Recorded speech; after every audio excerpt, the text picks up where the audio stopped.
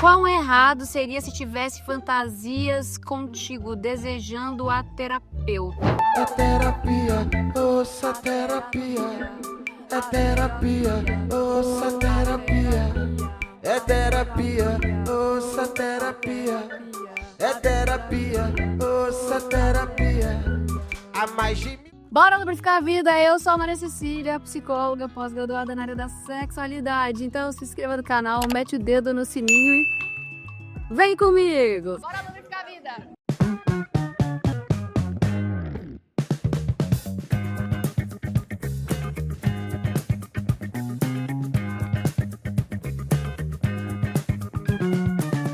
O processo terapêutico é um processo afetivo. Te amar e te apertar!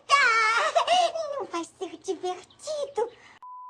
Existe sim trocas afetivas, no sentido eu torço pelo paciente, pelo cliente, e ele tá ali disponível na sua intimidade. Então existe troca assim, de positivas, afetuosas. Porém, quando o paciente ou o cliente começa a erotizar a terapeuta, que demais! pode ser um grande problema, porque a psicoterapia não vai funcionar. Porque ele está ali no lugar do desejo, ele está ali no lugar da satisfação. Então isso o impede de olhar para suas querelas, de trazer inclusive uma vulnerabilidade, uma intimidade maior, perde o foco. E aí, eu sendo muito honesta, isso não quer dizer que algumas vezes ou em algum momento o erotismo possa acontecer, tá?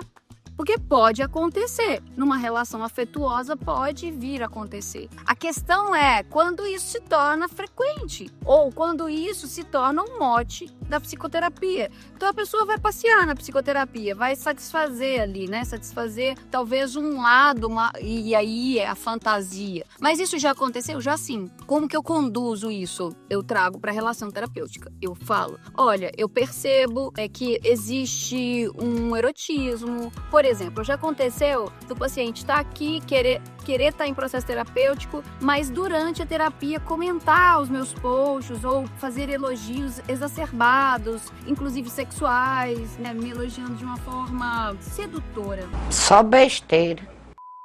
E aí é onde eu precisei intervir e disse, você tá aqui para me fantasiar ou você tá aqui realmente interessado? Porque o que eu posso te dizer é o seguinte, não vai funcionar, né? É uma escolha tua. Se você quiser ficar aqui só me erotizando, eu tenho que compartilhar contigo que isso não é o mais adequado. E eu também tenho todo o direito de encaminhá-lo para um outro profissional. A questão é, porque essas pessoas, quando você tem geralmente essa conversa, ela não tem coragem de permanecer na psicoterapia. Então, se o que ela busca foi desvelado, veja bem, o erotismo é muito curioso, porque o erotismo ou a erotização de uma mulher, ela acontece muito no campo daquilo que não é descoberto ainda. Quando você descobre, quando você se posiciona, isso deixa de ser legal, deixa de ser, para muitos homens isso deixa de ser interessante. Isso não alimenta mais a fantasia. Eu tô passada, chocada.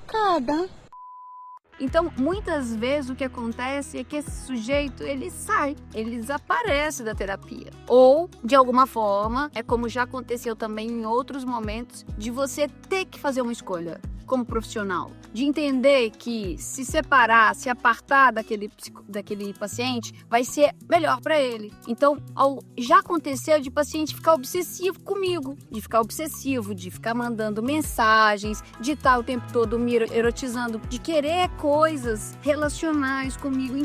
Ah, não, aí ele extrapolou. Então você que tem que dar um basta nisso. Isso é muito importante, gente, para quem é profissional. Que isso acontece. Às vezes o paciente e o cliente, ele mente, né? Então, durante o processo, você vai ter que lidar com isso. Como é que você vai descobrindo tudo isso? Mas sempre é algo que pode ser tratável, que pode ser negociado. Às vezes começa de fato com uma erotização, mas de repente, porque não está ainda rolando o processo de psicoterapia, de repente essa pessoa toma consciência, toma uma outra dimensão do que está acontecendo e aí de fato ele entra num processo de confiança. Então, é importantíssimo, né, que a gente esteja atentas, né? Nós, profissionais, mulheres na área da sexualidade, isso é super importante, porque o que mais tem é importunador, que vai te confundir com uma mulher vulgar, te confundir com uma libertina, te confundir com uma garota de programa, inclusive. Isso é muito comum. Eu recebo frequentemente mensagens de importunadores sexuais que me mandam fotos, nudes, sem eu pedir. Recentemente, inclusive, eu fiz uma postagem, porque geralmente esses caras, eles ficam impunes. Não há uma investigação de fato, porque como é online, não houve nenhum prejuízo físico, mas houve, de fato, um constrangimento psicológico.